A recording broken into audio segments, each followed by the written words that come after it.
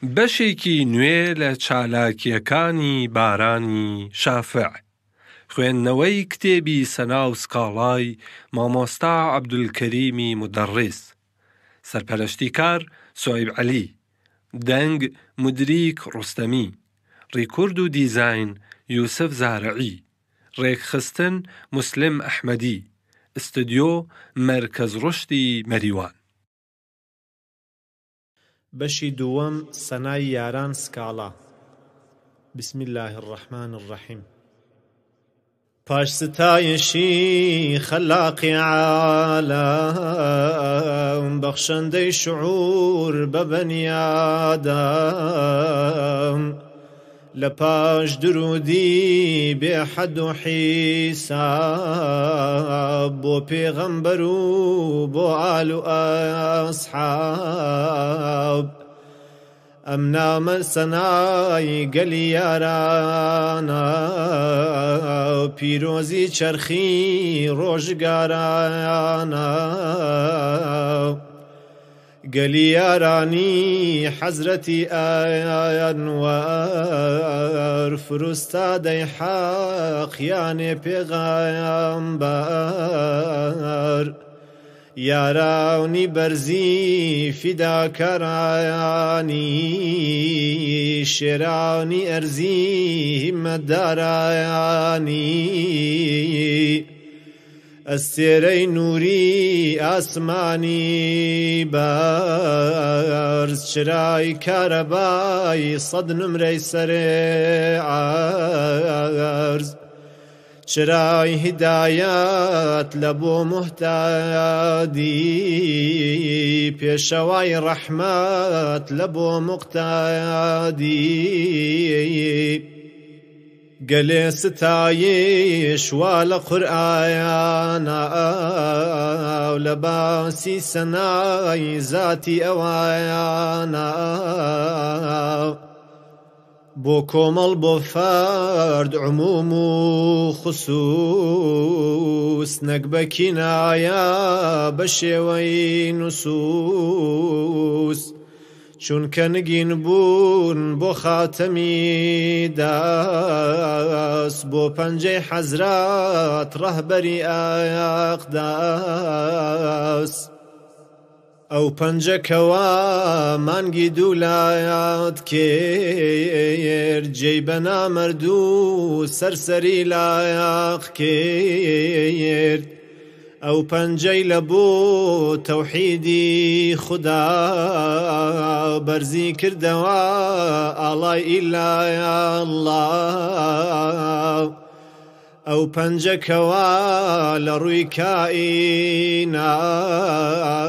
حەلال بوو لە بۆ گرێی مشکیلات ئەو پەنجەکەوە لە ڕووی جیهانە ڕۆیی بە ناوی چاوی شەیتانە ئەو پەنجەکەوە کردی ئیشارە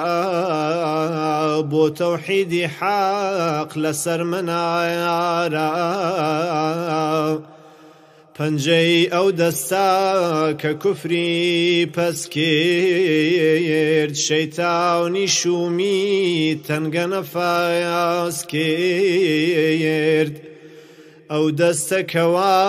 قورئانی وەرگرت لە بۆ ئەهلی حەق بەیانی دەرێکرد ئەو دەستەکەوە چرای هەڵگیرسان بۆ ڕووناکی دڵێ بۆ پەری و ئینسان دەستێ دایکتا کۆڵەکەی عالەم بۆ بانگی ئیسلام لەسەر ڕووی عالەم دەستێ بۆ قورئان دەستێ لە بۆ شیر دەستێ بۆ تەکبیر دەستێ بۆ تایادبیر من بم بەفیدای خۆی و یارایانی شێرانی مێژووی ڕۆزگارایانی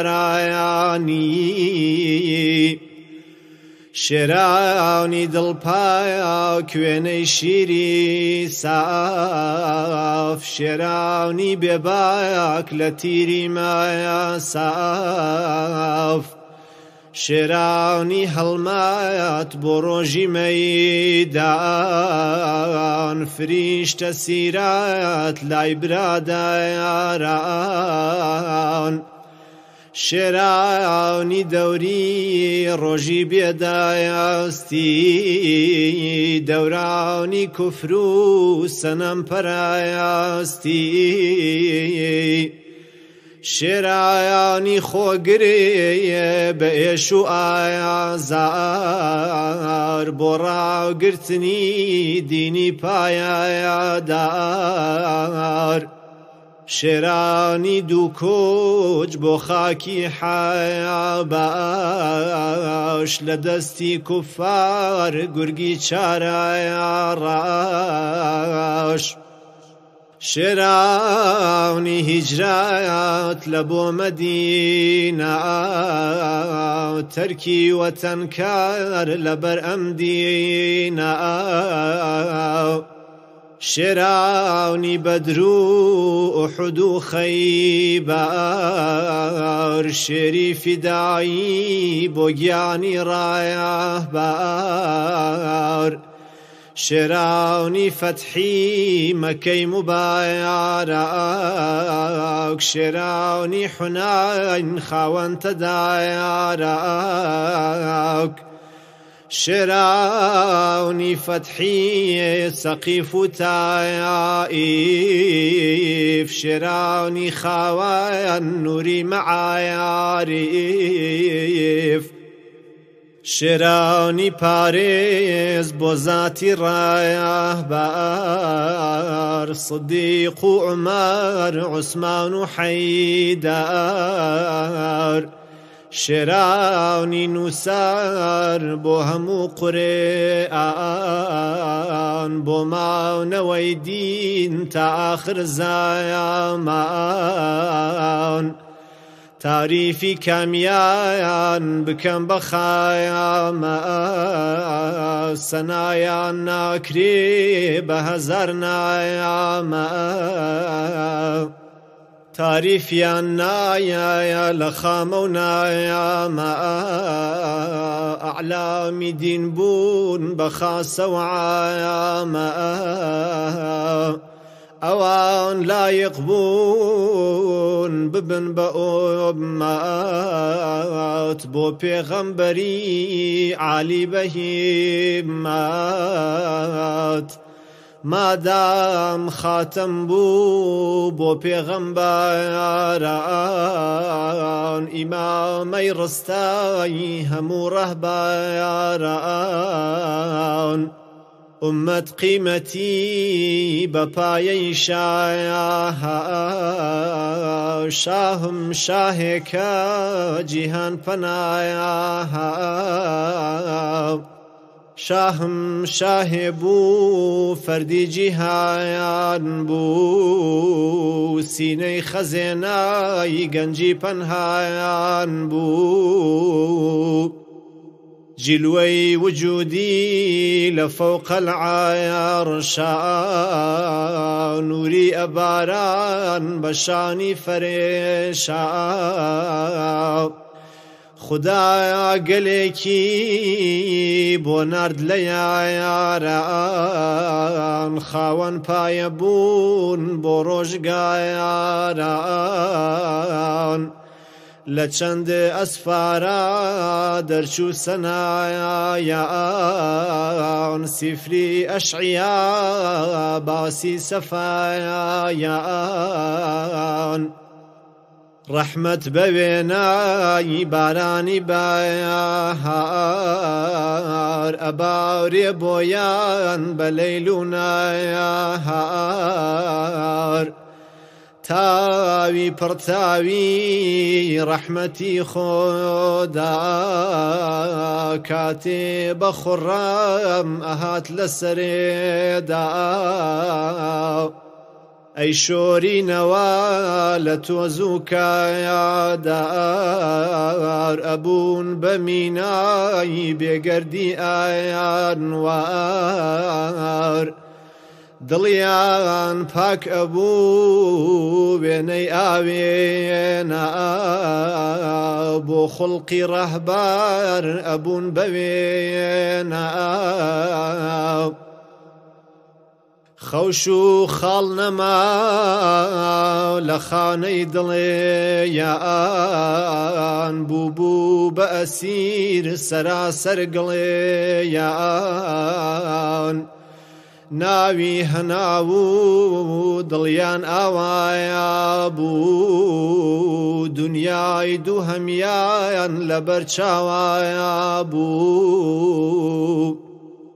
هەر بە بێداری لەسەر پشتایەوە خەویان ئەبینی بە بەهەشتایەوە بێئەدەب هاتمێ بەسەر قەتایارە ئیستیغفارەکەم لەم چەند وتایارە ئەتوانم بڵێم فەنافی لایە بوون لە ماڵی دنیا بێموبالایە بوون مەستی شەربەتی لیقای خودایە بوون سەربەستی دەرگای فەناو بەقایە بوون بە قووەی ئیمان بێبەند و قەیتان سەرەی ڕێیان گرت لە سوپای شەیتان بە کەوانی کۆن تیریان ئەتاقان شەیتان ڕای ئەکرد بۆ بانی مایاقان یانێ بەهێزی ئیمان و بایاوەڕ بڕیان کلکی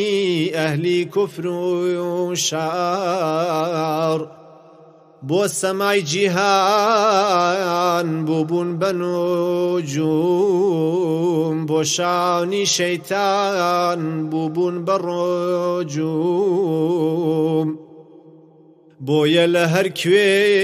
عومەر دەرئایە کەوت شەیتان ئەلەرزی و بەلادائایە کەوت لە ڕۆم و عەجام لە قیبت و بەڕێبار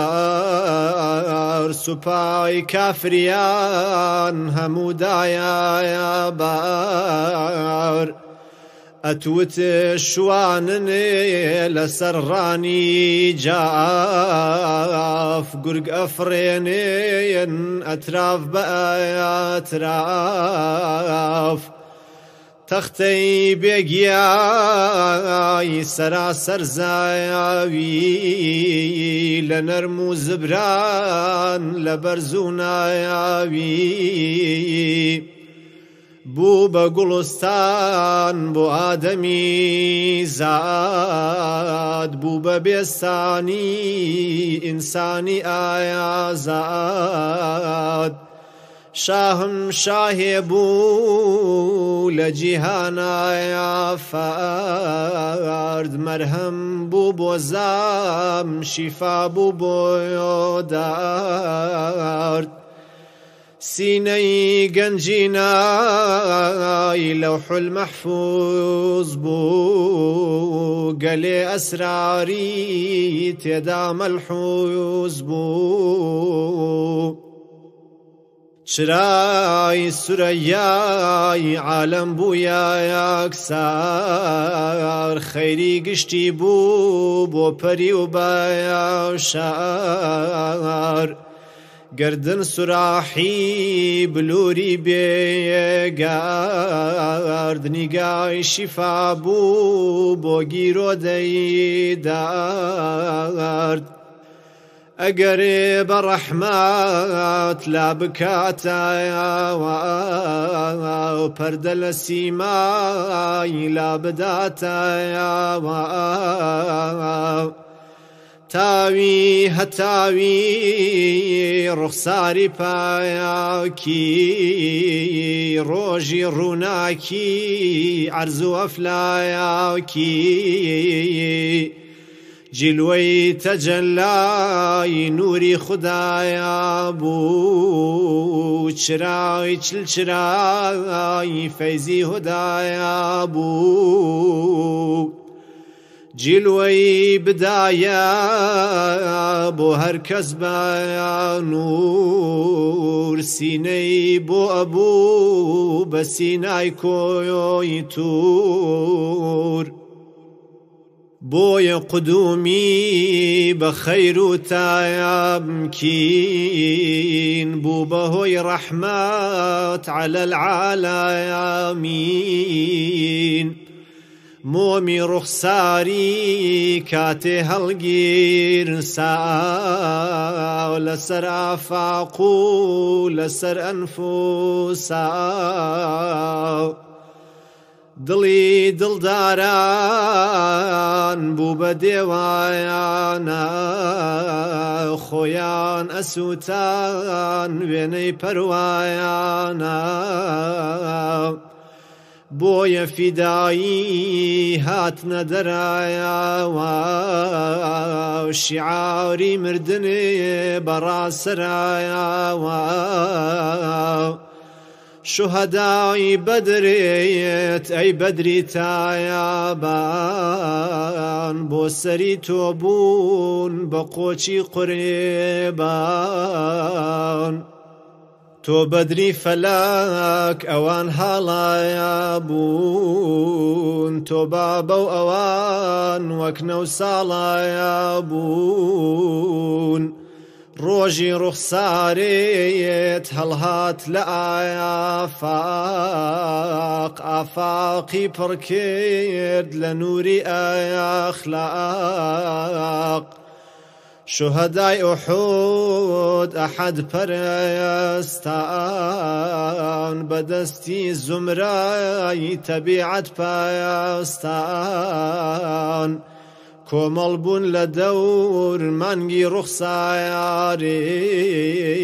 سێبەر بوون لەسەر جەبهەی نازدایارێت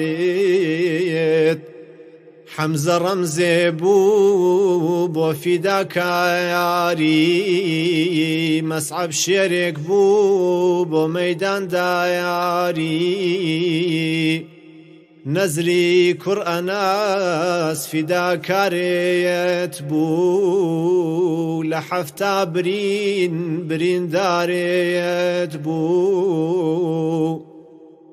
خاریقەی خەندەق خەڵاتی حەق بوو بە سوپای سەباح حەق موەفەق بوو بە شەهادەتی سەعد بنی مەعاز فریشتەی فەلەک هاتن بە پەرێواز بۆ ئیستیقبالی نازڵ بوون مایەلەک ڕۆحیان وەرگرت بۆ ئەو جیفایەلەک من بمێ بە فیدای خۆت و یارایانێت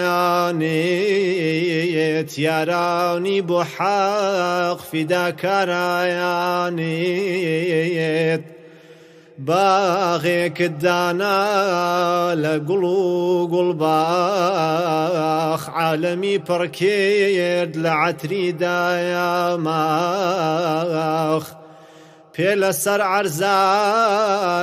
و سەر لەسەر فەیەولەک بە دەوری سەرتا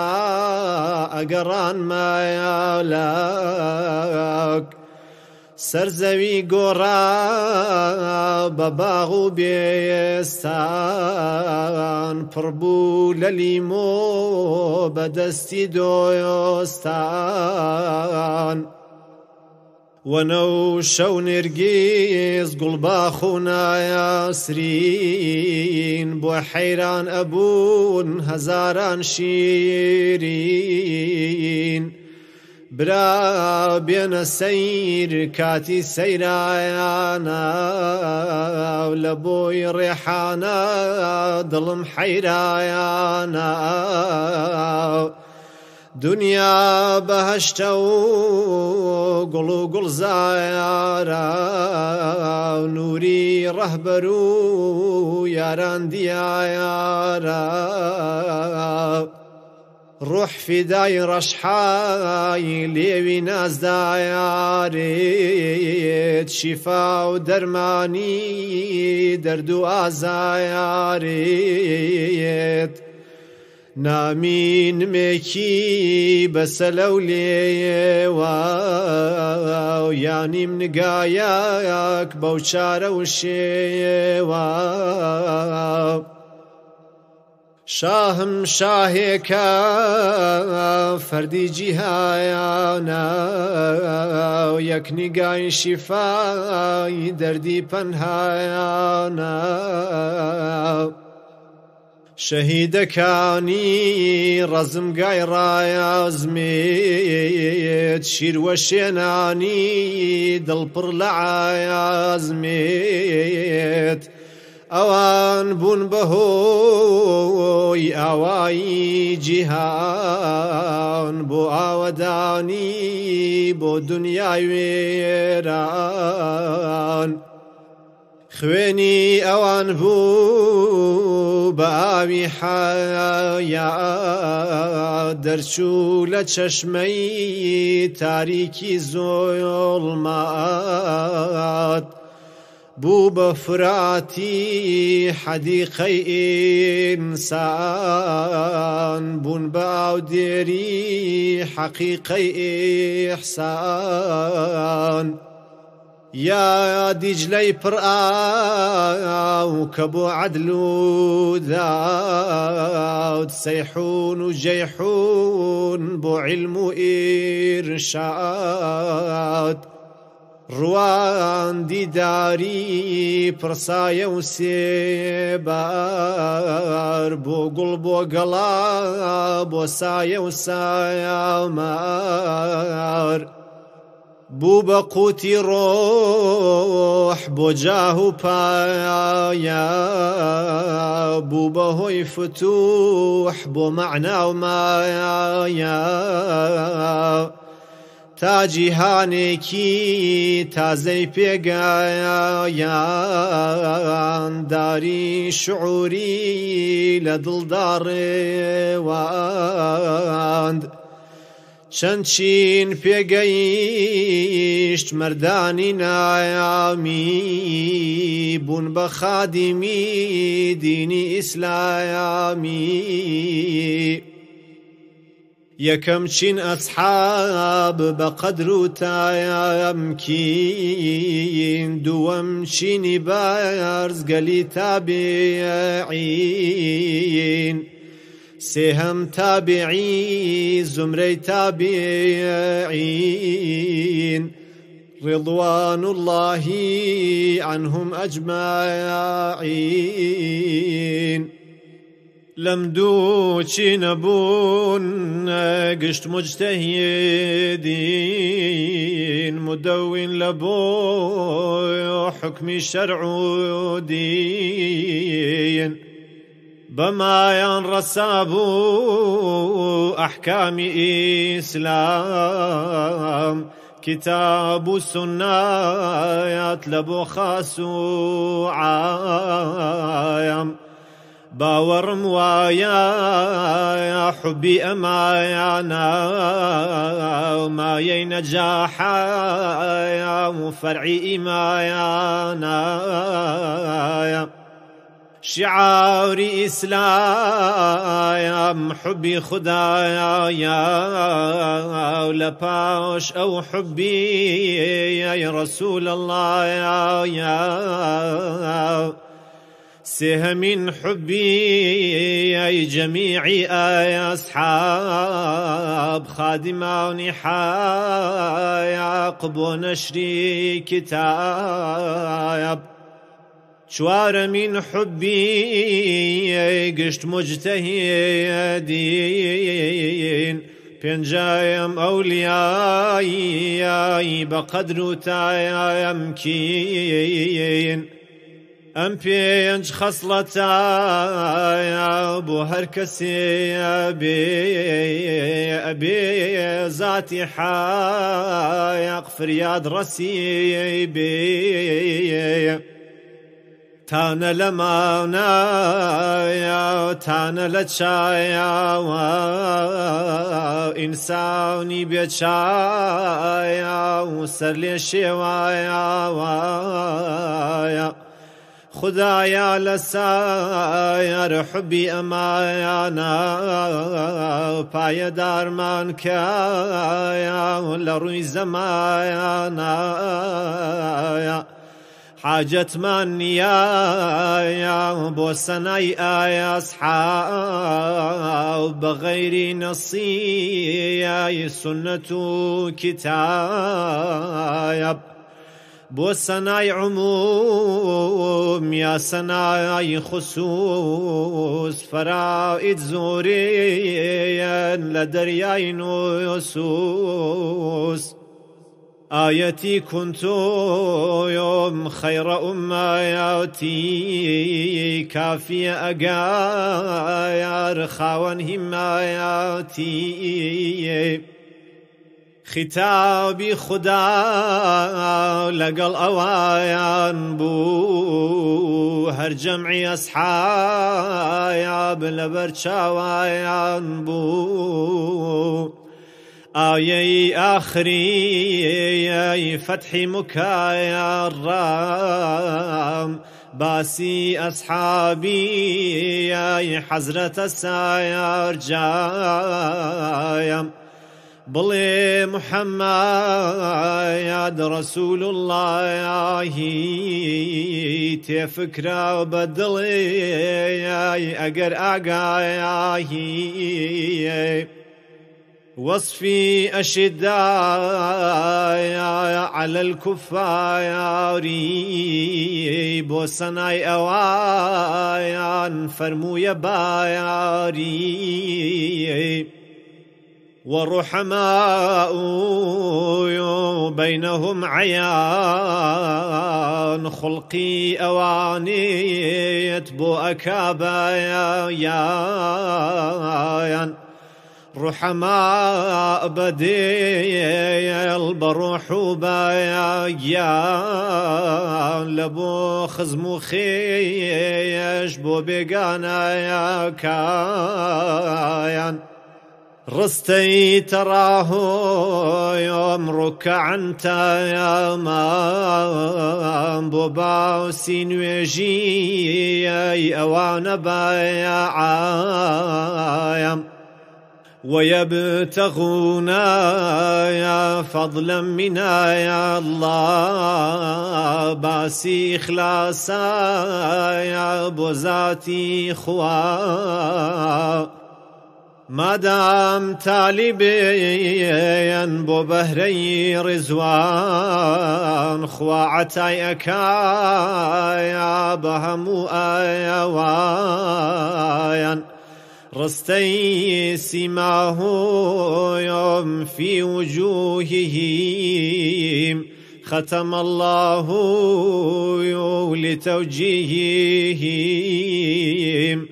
ما دايم آثاري كاري سجودا دجمني أوان بين يهودا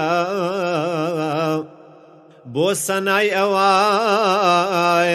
أبي بدايا ليل نسي قرآن توراة إنجيل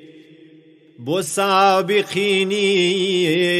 هجرتنا يا سرات آخري توبة يا بك بحجات شاملي حالا يا بويان أجمعين هروا شاملا يا لبو تابعين رضي الله عنهم ورضوا ميدان يلي لبو يكودو لبو أصحابي بيعة الرضوان رضا إعلان كيرت خدا بو آيوان باش رضای خدا یا شخصی نارضا یقین مردا با حکمی قضا باورت وابي حبي أمانا ركني ثابتي دين إيمانا إيمان واجبا يا بنسي قرآن نسي قرآنيش مدحبو آيان برو جور برو چون سر برو خوار جيمل شكانا يا بو هزار هزار لادان لقرآن لادان لا دين ميلا بو هواي شيطاني لا يعين برايا وربقرين لمن واتي راس روبكن لحايا قبشي وإخلاص لسر أساسي سيرتي حيازرات ودا مزراويا قراري أمايات أصحابي حزرايات همو عدولين برزاي خدايا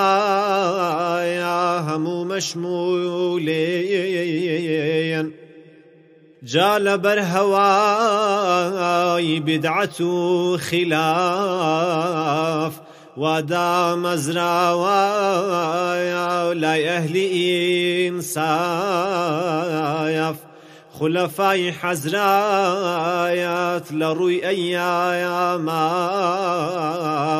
أشرفي خلقي لنا وإسلاما ريزي أوانيش بصدلتا يا فادا مزرع لسايا ريزي خلايا فايت بو بكر وعماير عثمان وحيدار لباش أمانا بمجدي رايا باير باقي عشرايا مبشري مجديان ورقيت لدستي خدايا أصحابي بدرو أحدي جوان هروا أصحابي بيعة الرضوان عباس وحمزة لقى الحسنين ريحان كوني سيد الكيونين باقي أوانا يا نسيان لدى الساعة لحزرة ويا أبو أما بايا استايا هج خلاف نيا لا أهلي إنسايف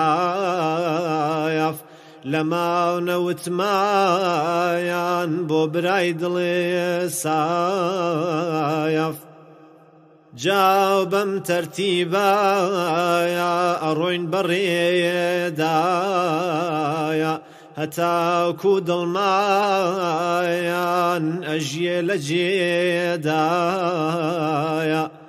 ئەڵێم بوو بەکێر شێخ الئەسحابە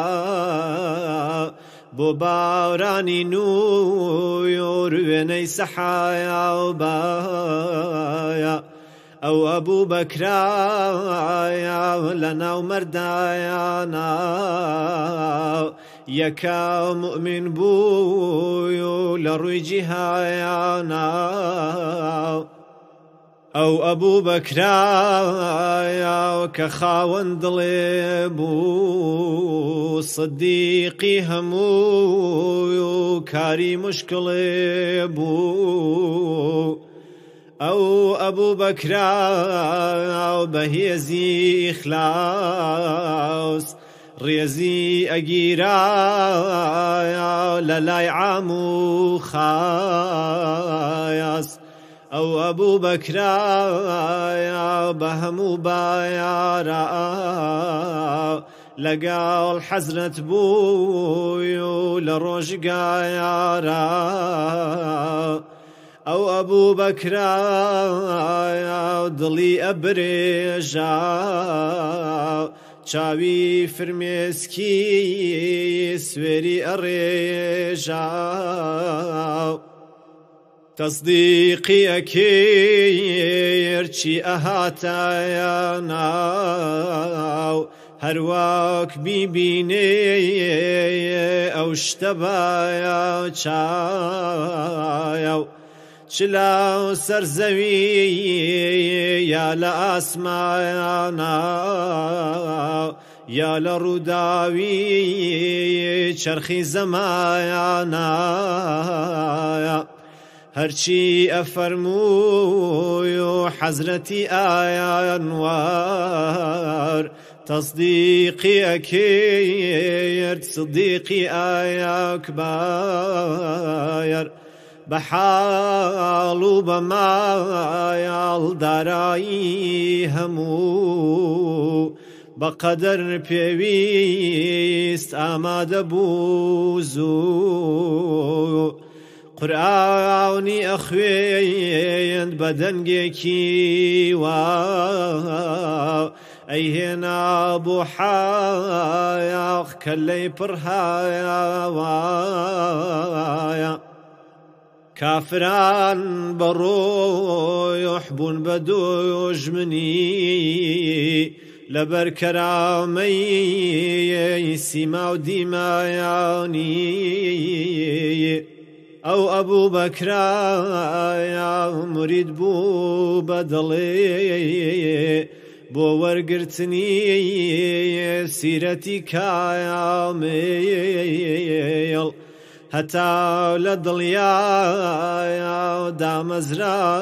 بە حەق نوری صدیقی بە وێنەی شەفاق بۆیەوە خودایە کردی بە جێدار جێداوریەکەیە بۆ شاهی مۆختار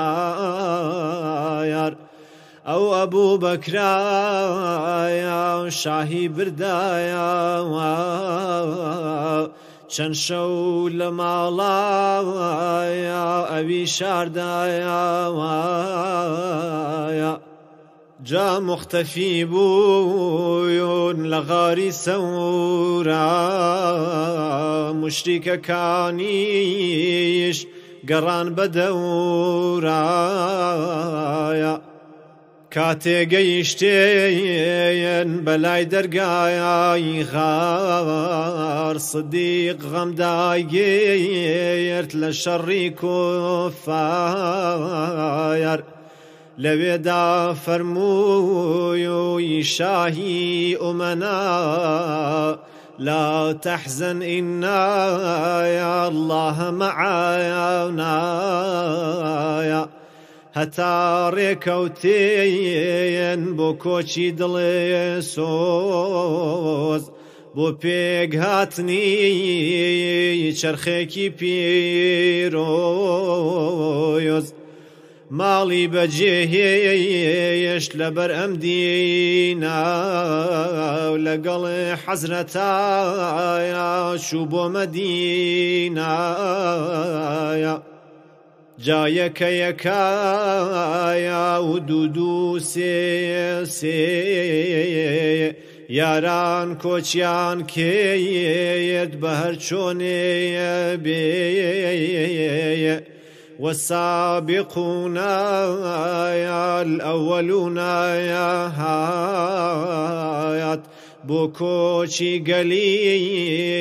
خاوەن بەرایەکایەت بۆ مهاجرین هەم لە بۆ ئەنسار رضي عنهم الغفار الساتار أنصار لهم أهل عقايبات قيشت نساير لوتكي درايا جايات مهاجرين وأنصاري سايبيق لپای دینایا فایق فایق هیچ کسی ناگایا بپای آیاوان اگر تبگاین لمانای قرآن او ابو بکرایا لما ویجینا خاون جهاد بویو لرقی دینا لغزا کانی ازاو امایا دا اچوب وینای سپای سایا دا کاتێ نەخۆشکایە سەروەری ئایانایەم صدیقی دانایە کردی بە ئیمایەم یانێ ئیمامایە بۆ ئەهلی ئیسلایەم صديق بأمري سيد الآيام يكيك حزرايات بيكا بإيمايام كس عزلنا كايا بتولي آيام جاكاتي حزرايات وفاتي فيرمو بو بجنشين صديق زوبايا زويو دا مزرعة وايال بأكثريات پاشان هات جي إجماعي أويومايات بقطعين مايا ولو كارخيلايف ئیترێ گوێمەدایان بەواتەی گایە زایەف کاتێ بوو بە کێر بوو بە خەلیفایە بوو بە ناسیریەی میلەی حەنیفایە گەلێ کاری کرد بۆ نەسری ئیسلام همو معلومين لم يجوي آيام يكام بو بكير رويشت ميدايان نرمي كرت كلايا يقشت معاني دايان مليان راكي شايا بو أداي وايا جيب بچووک و گەورەی خاوەن مەرایەتی گشتی ڕام کردێن ئەعرابی عایاسی ئامادەی کردێن بۆ ڕێی حەق نایاسی دوایان بە سوپایای بێهەمتای ئاسحاب مسەیلەمەی کۆیۆش دەرچوو لە حیساب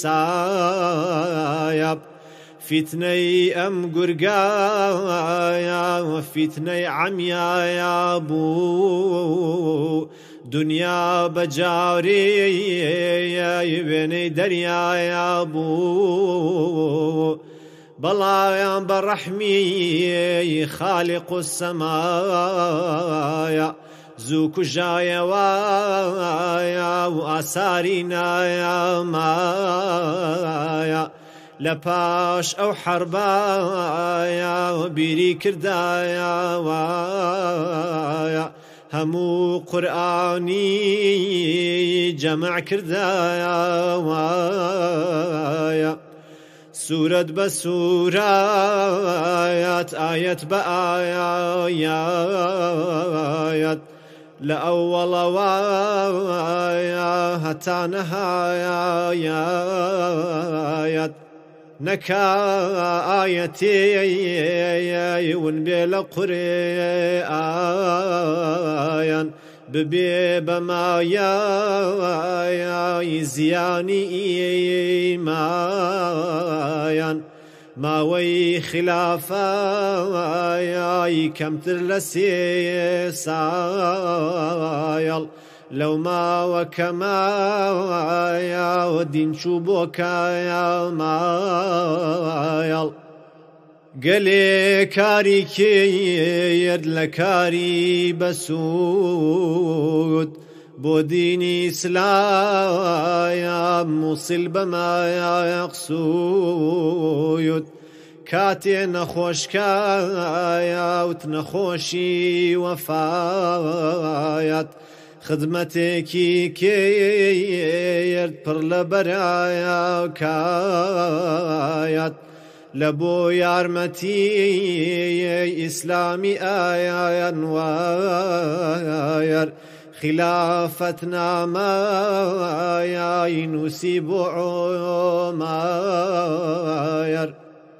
أيزاوني عماير خاون هيبايا تاو لإدارة دايا خاون حكمايا تايا أصحابي شهمو بيعت يايان بيكيرد ببي ما طلبو ينزو بدستو بيرد جاهات ميدان عمري عياديل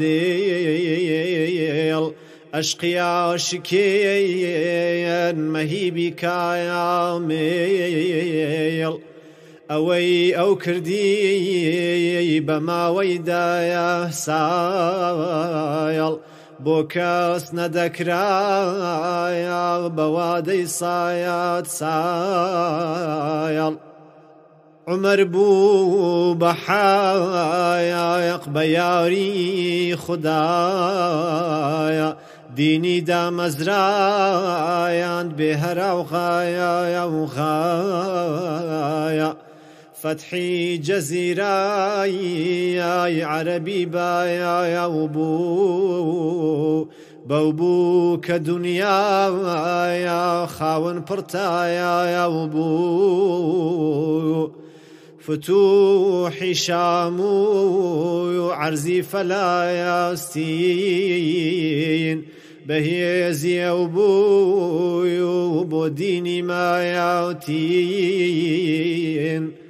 أو بو داي مزرايا ديا صالعايا سرايا فرمان روابو لملكي ميسرايا عمري بو قرتي ولاتي أهواياز عمري فاتح بو ملكي شيراياز عمر فاتح بويو لبو كردو يستايان عمر فاتح بويو لبو لرو يستايان عمر سراسايار إيراني دايا گيرد آگری مجوسی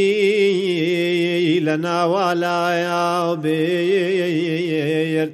عمر بو بحایق لری خدایا دایا دینی دا مزرایند لروی دنیایا دایا قلي أصولي إداري دايا نايا بوبا ما يخير لروي جهايا نايا حزرتي علي مصاهرة يا كير أمو كلثومي لبو مارايا كير بويا بدخاهايان لمسرولايا وساير دجمن لبويا حزرتي عماير كشهيد كرايا وشخصي مخصوصي بدستي أبويا لؤلؤ مجوسي خلافتي كيرد بشوي شورايا لنا وششكسي عالي شعورايا عثمان وعلي همت الحوز بايد عبد الرحمن وسعدي خاوان خير لفاش مشورات عثمانيان دايا ونايا بوبا خليفة يا لروي جهايا نايا قلي كاري كيرد عثمان لجينايا للريت ترويجي إسلام ودينايا چن خدمتي كيرد بذاتي رايا باير چنده بو ديني خوي خستخايا تاير هر لبر چارايا كفاري رو رايش دو جار کوچی كيرد بو ملكي حايا بايش بو جاري سهايام لري أمدينايا هات ولبويو شاري مدينايا بيري رومي سايان بهزار ديناير بو آسايشي أصحابي آيا براير